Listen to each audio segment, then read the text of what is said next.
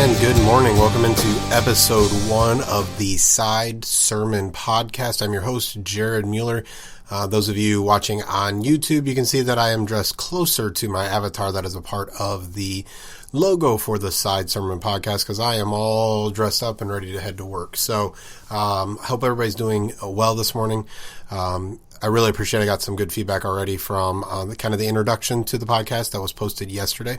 So if you haven't listened to that, I would encourage you to pause this one, go back to the introduction just to have a feel for what is coming and what to expect. One of the things that was interesting, and this is not me advocating for it yet because I haven't done enough research, but someone actually brought up the AND campaign, which talks about the biblical values and social justice and how those things can come together and be together. And that's something that obviously from the first episode, or the introduction episode, I kind of made important, is that I don't think those things are separate. I actually think the biblical principles are pretty much in line with care for other people, right? I think that's a pretty blunt thing. So I still am looking through kind of who they are, what they are.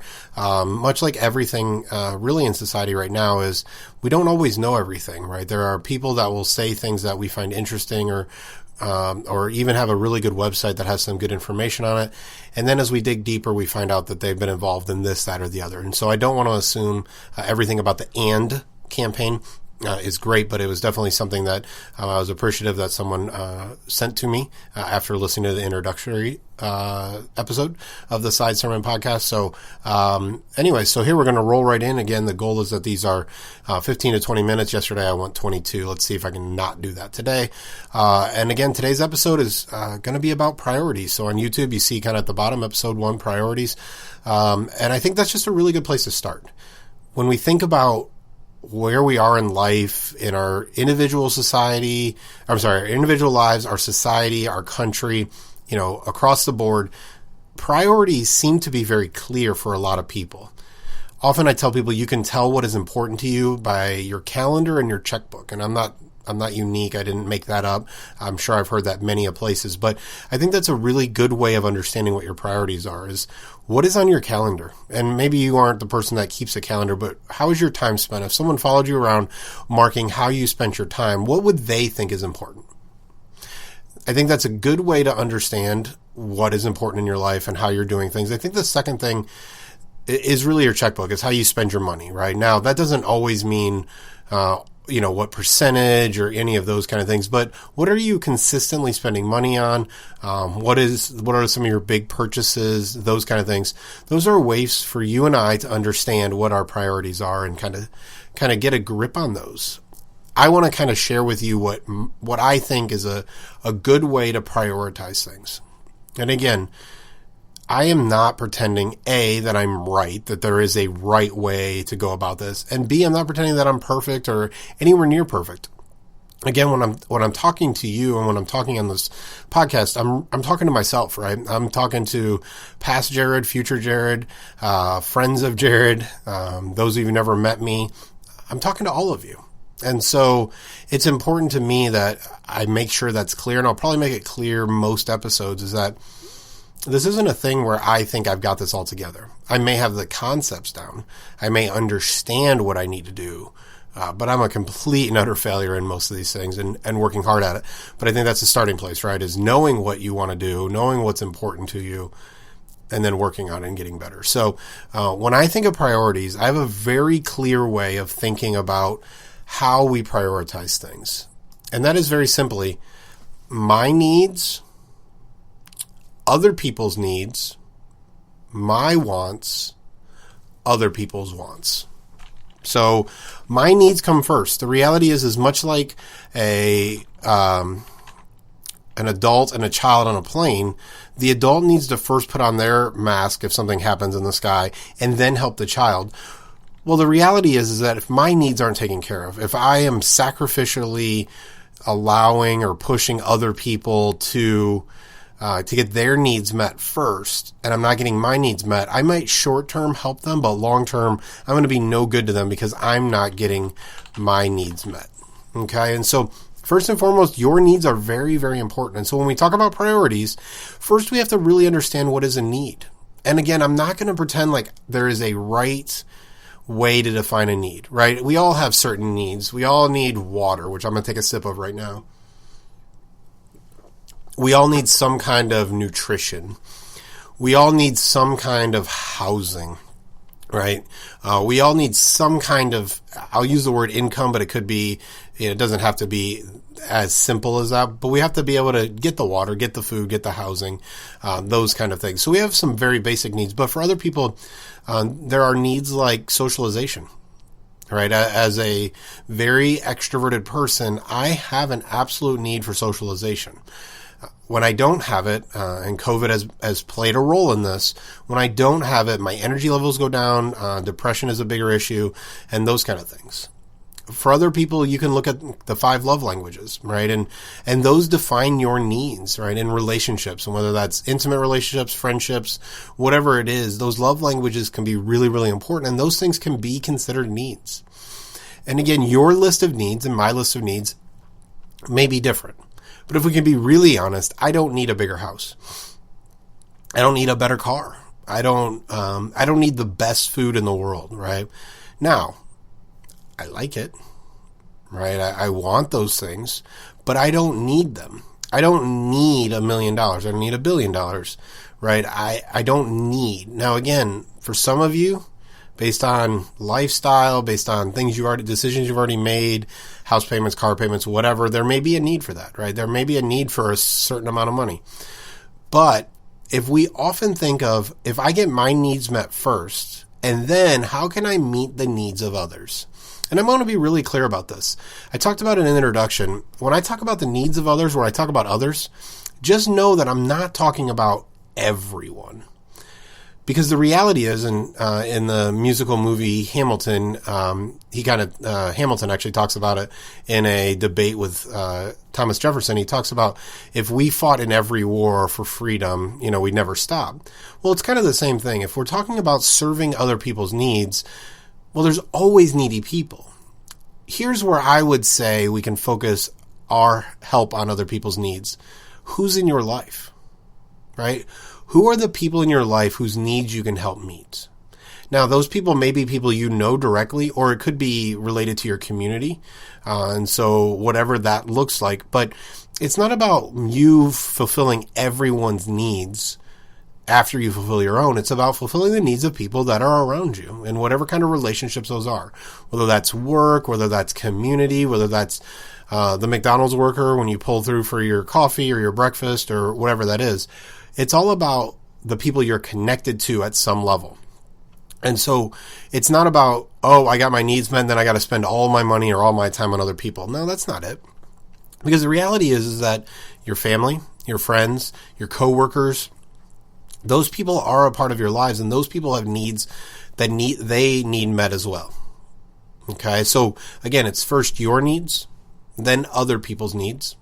And then it's your wants. Listen, the reality is that if you have the ability to get your wants met, whether that want is a 25-cent pack of gum, or that want is a, $400,000 house or car, a vacation, whatever it is, if you have the ability to meet your own needs, meet the needs of those around you, then meeting the wants that you have are important. The reality is that at times it's important to make sure you fill your wants, because that can be a driving force, and we all deserve to enjoy life at some level, to the level that we can. And so this isn't pretending that pleasure, joy, like the reality is God gave us the opportunity to do all of those kinds of things and wants us to enjoy things, right? God made food good. The blunt statement about food is this: we eat to nourish ourselves. Okay? That is the goal of eating. Cows eat grass to nourish themselves. It's only a blessing that God allows our food to taste good. That's just a blessing. The reality is when things don't, quote unquote, taste good, that doesn't mean we shouldn't be eating them. And that being a priority can be a problem for a lot of people. But you should be able to get your wants met at some level, right? Get that thing of ice cream. Get those cool shoes. But again, it's all about priorities. We're talking about this as a third thing, right? After your needs, after the needs of others, Then comes your wants. And then comes their wants. Listen, if you want to help other people get experiences that maybe they can't afford or they never had an opportunity to, like, more power to you, right? One of the statements I make often to, especially to my coworkers, is, if I can, I will. All right? It's the reality that if they have something they need or want, if I can, I will. If I can't, I won't, and I won't feel bad about it. But if a family member, a friend, whatever, needs something, I will do everything I can to meet that need. If they want something, I still will do what I can to meet that want. Now, for sometimes that's, again, buying a bag of chips for somebody because they want it and I just happen to be at a store. Sometimes that's driving out of your way to go to something 3 hours away to even drive back 3 hours later. If I can, I will. Right? It's an attitude towards other people that they are important in our lives. And so again, needs, my needs, others' needs, my wants, others' wants. And I think, one of the areas that I am concerned about in our society, especially in American society, which is the one I know very well, is that oftentimes we tend to teach our kids, we teach people that what they need to do with their life generally comes down to what makes them money, right? Or, and there's always this kind of balancing act of what I would consider poor decision making of one extreme or the other. So there's what makes the most money, or what makes good money is a priority, or what makes you happy, right? And so neither one of those, to be blunt, are the best place for anybody to be. If I just do things that make me money, make me good money, if that's my priority, is I have the choice between two types of future careers and I choose the one that makes more money, then I'm going to always be chasing the almighty dollar, right? I'm always going to be looking at things in decision makings from a money perspective. Now, money is important.